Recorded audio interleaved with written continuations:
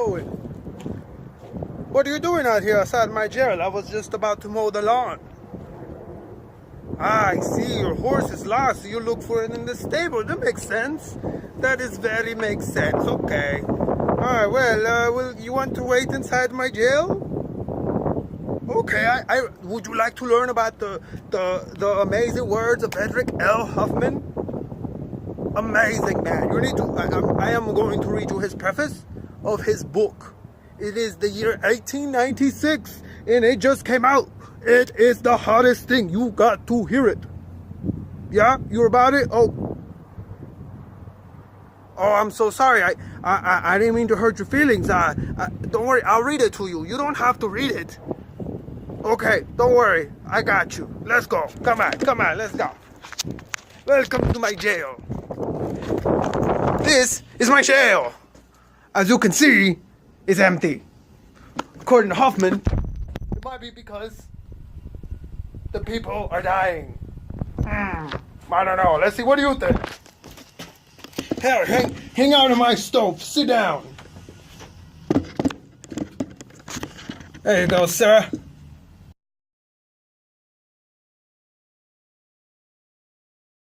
Are you okay? Okay. I thought you might need some water or something. Here, let me get you some water.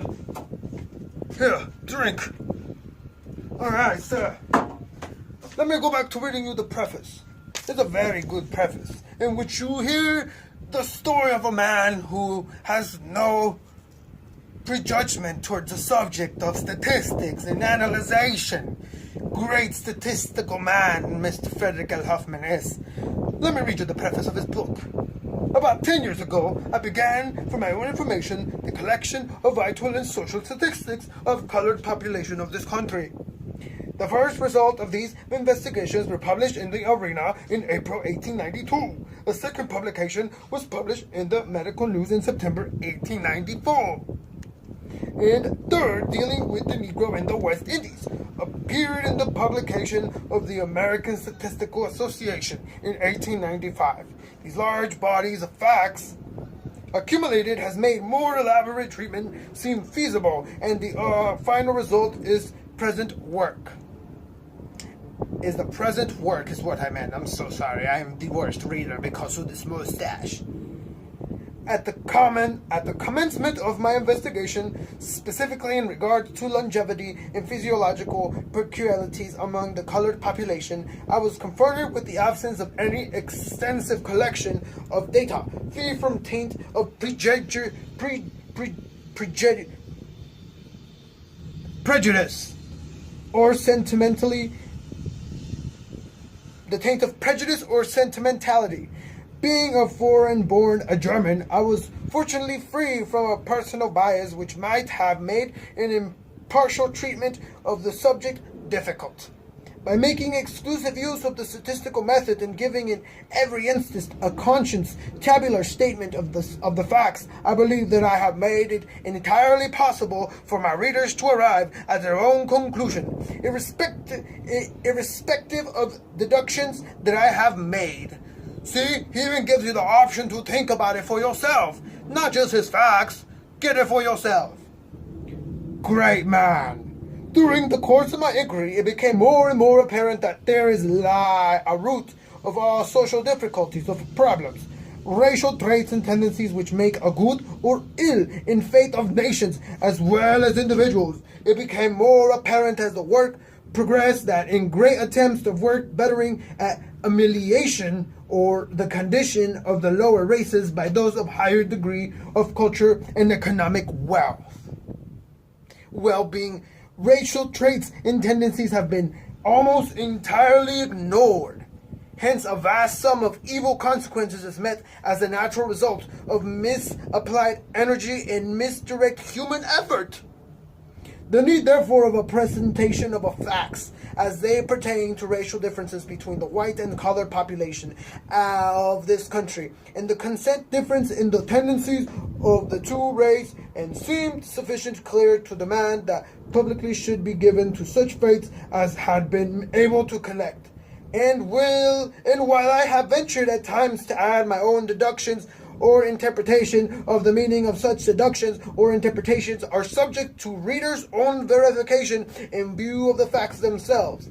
The close relation of social and norm phenomenon to this economics is, I believe, fully demonstrated by the results of this work.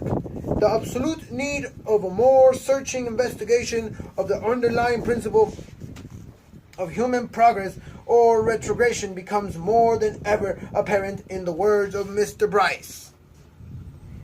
But for one difficult, the South might well be thought to be the most promising part of the Union, that part whose advance is likely to be swiftest and whose propriety will not be least secure. This difficulty, however, is a serious one. It lies in the presence of 7 million Negroes. If this be true, it behoves the general government as well as governments of the several states to institute annually such inquiries in regards to the material and social conditions of the colored race, as will demonstrate beyond a doubt the existence of vital facts affecting its progress or retrogression. Such inquiries would be free from sectional prejudice or sentimental regard of the who are now arrayed on either side of the race question. If such an investigation were undertaken by Department of Labor, it would lead to very beneficial results by furnishing a basis of definite conclusions as the result of philanthropic and charitable efforts in the hall of colored race. Great man! In the absence of this much-needed government investigation, the present inquiry may serve a useful purpose in stimulating others to special inquiry along the many lines indicated. In the preparations of this work, extending over so many years, I have been maternally aided by so many public and private individuals in all parts of this country, in all the West Indies, and it would be impossible to make a proper acknowledgement of my obligations in each individual case to all those who have so kindly aided me with advice or document evidence. I extend my most sincere thanks. What a grateful man. And trust that the results in the investigation will prove a compensation for the personal inconvenience I may have accused them.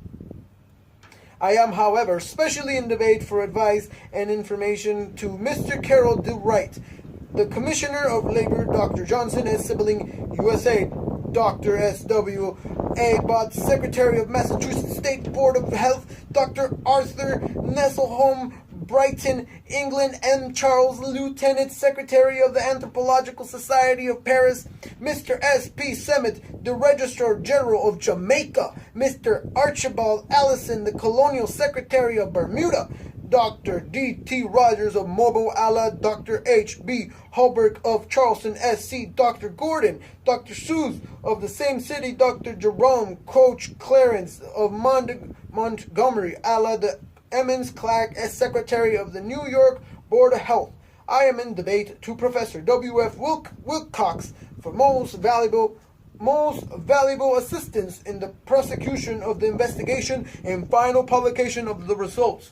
Shout out all the publication committee of the American Economic Association, but specifically to the Mr. F.S. Kinder of Cornell University for considerable and valuable assistance in the regarding of the manuscript of proofs for final publication.